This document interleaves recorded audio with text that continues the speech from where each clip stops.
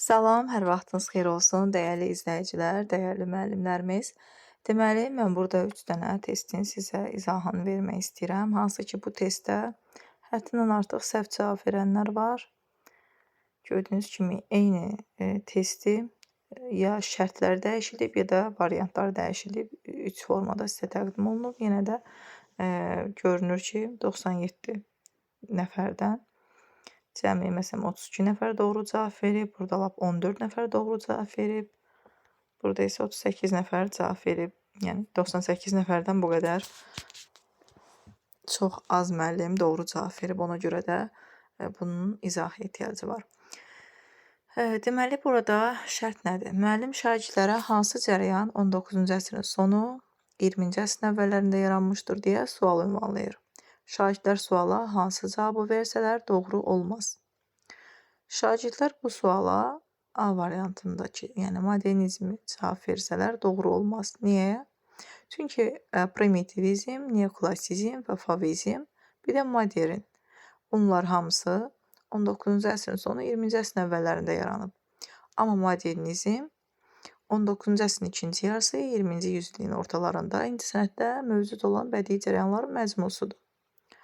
Və eyni zamanda klassik ənənələrlə yenidən baxışın başlanğıcı hesab olunur.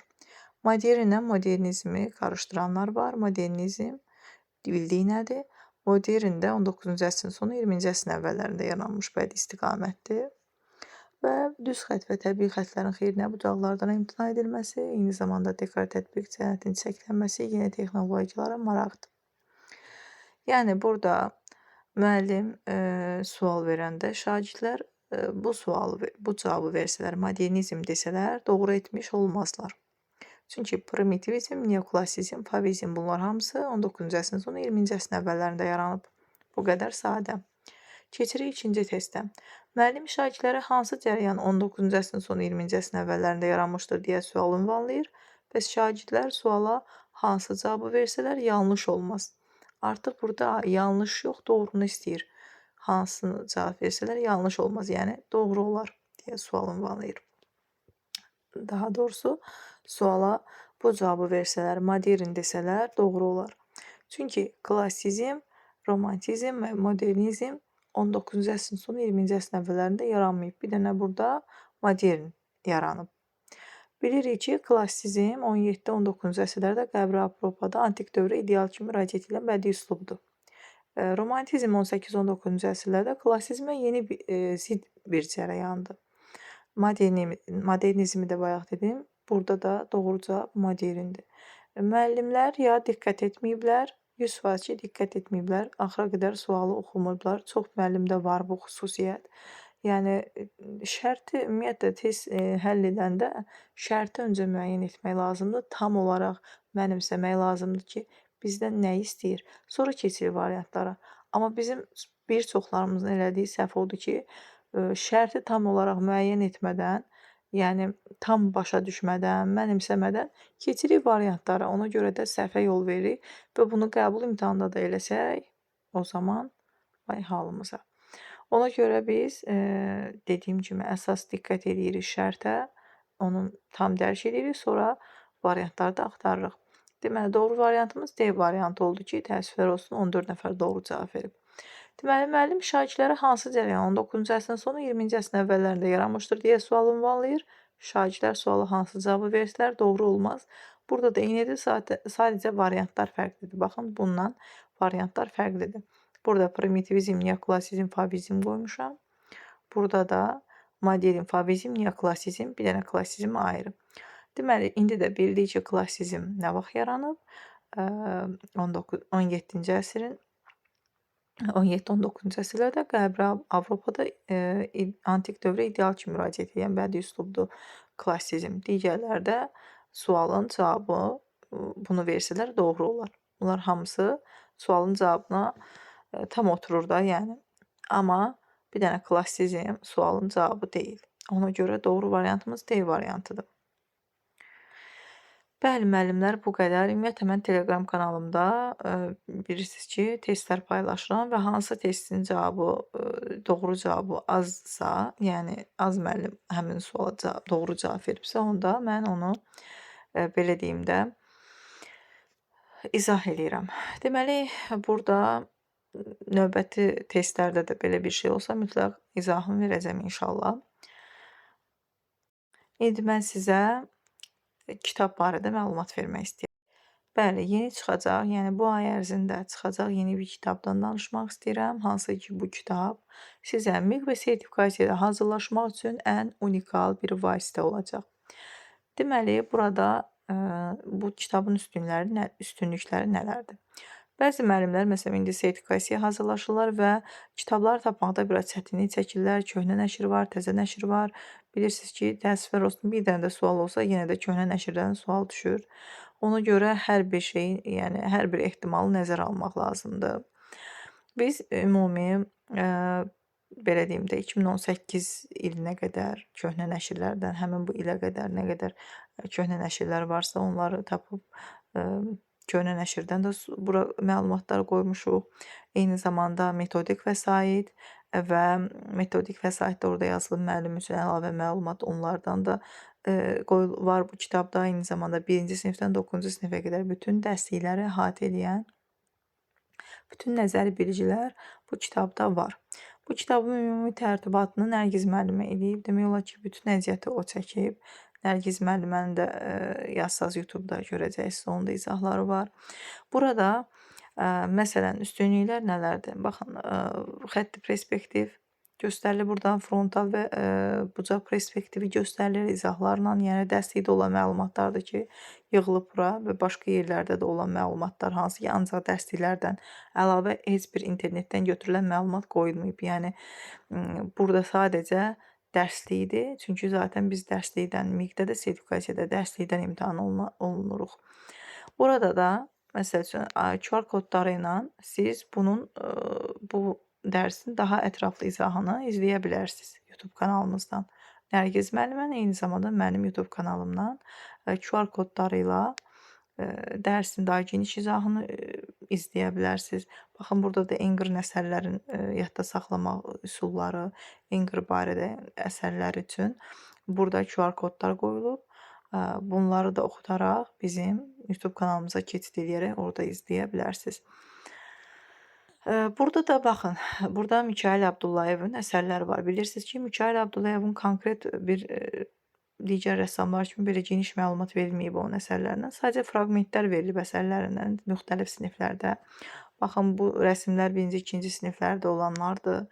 Bunlar 9-cu sinifdədir, bu 8-ci sinifdədir, bu köhnə nəşrdədir. Yəni, burada Mikail Abdullayev haqqında, onun əsərləri haqqında fraqmentlər nə verilibsə, hamısı bir yerə yığılıb. Sizin üçün daha rahat olsun deyə, birini tapdım, birini tapmadım deyə yox.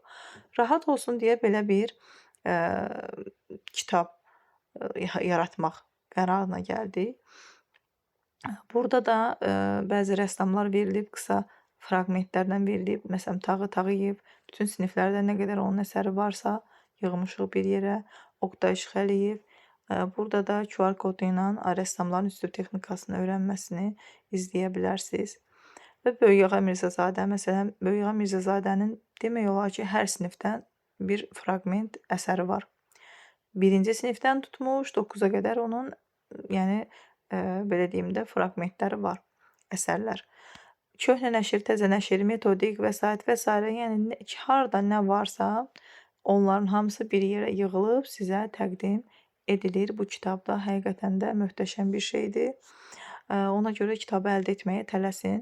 Kim sifariş verirsə, kimə maraqlıdırsa, mütləq şəkildə mənlə əlaqə saxlasın. Yəni yəqin ki, bilirsiniz, mənim YouTube kanalımda var nömrəm. Və bunun daha üstünlükləri burada test olmasıdır. Deməli, tərtibat işləri ilə bu mövzuların bir yerə yığılması Nərgiz müəllimənin əməyidir. Eyni zamanda mənim də burada 2000-dən çox testim olacaq.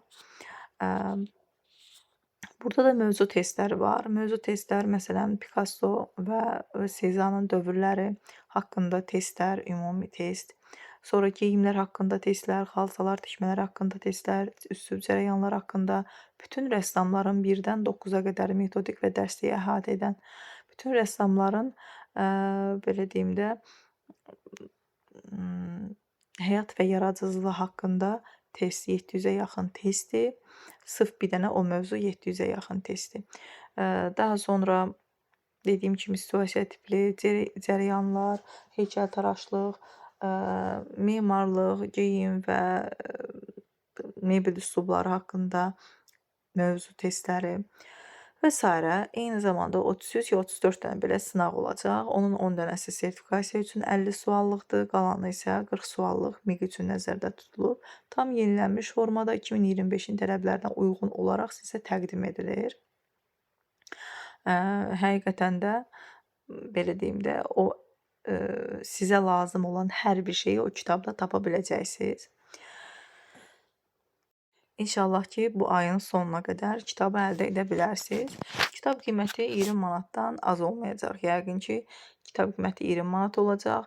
400 səhifə və yaxud ondan çox da ola bilər səhifələri, yəni qalın kitabdır.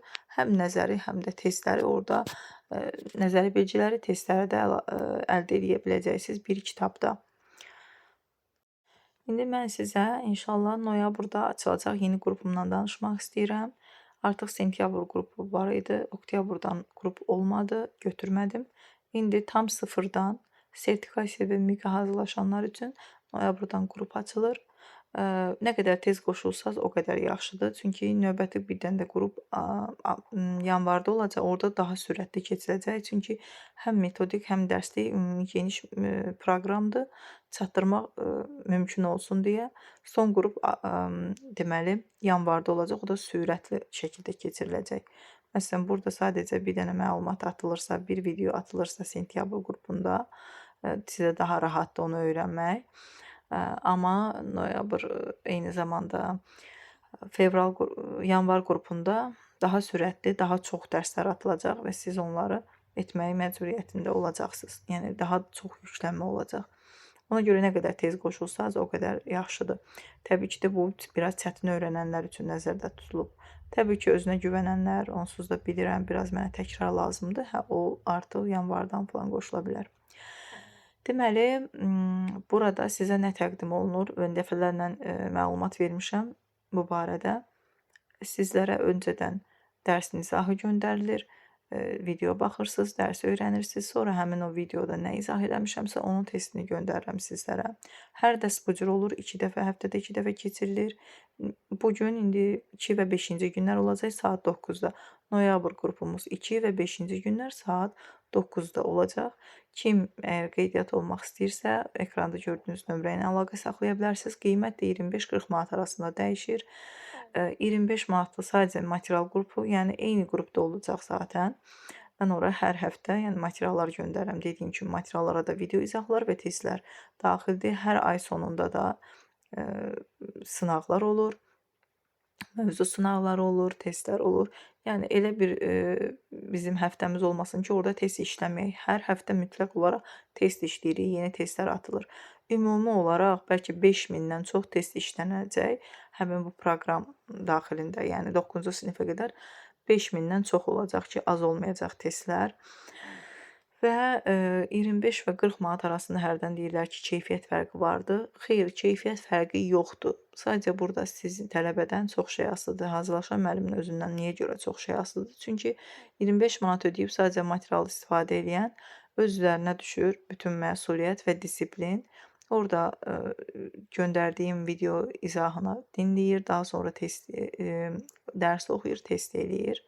Öyrənir. Təbii ki də orada başa düşmədiyi nəsə olanda yenə də mənə müraciət eləyəcək. Mən onu izah eləyirəm. O ayrı bir məsələ.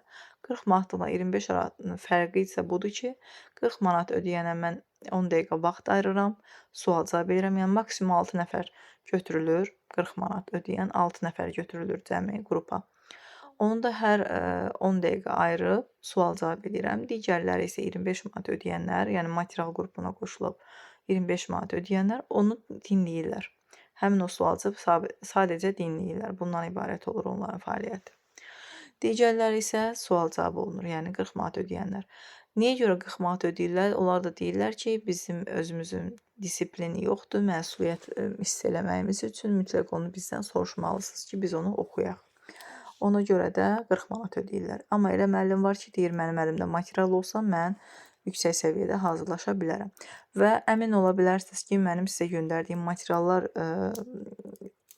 belə deyim də, materialları alaraq yüksək nəticə əldə edə bilərsiniz. Yəni tam yüksək nəticəyə zəmanət verilir ki, bu da sizdən asılıdır. Əgər dediklərimi etsəz, testlər vaxtında işləsəz, o materiallarla uğursuz nəticə əldə etmək, yəni olmaz. Yəni mütləq olaraq uğurlu nəticə əldə edəcəksiniz. Mən sizə 100% əminlik yarada bilərəm sizdə. Belə, inşallah ki, kitabla maraqlananlar və yaxud da hazırlıqla maraqlananlar mənim şəxsimə yazsınlar, nömrə yazsınlar, inşallah qeyd edeyim. Hələlik inşallah növbəti videolarda görüşərik.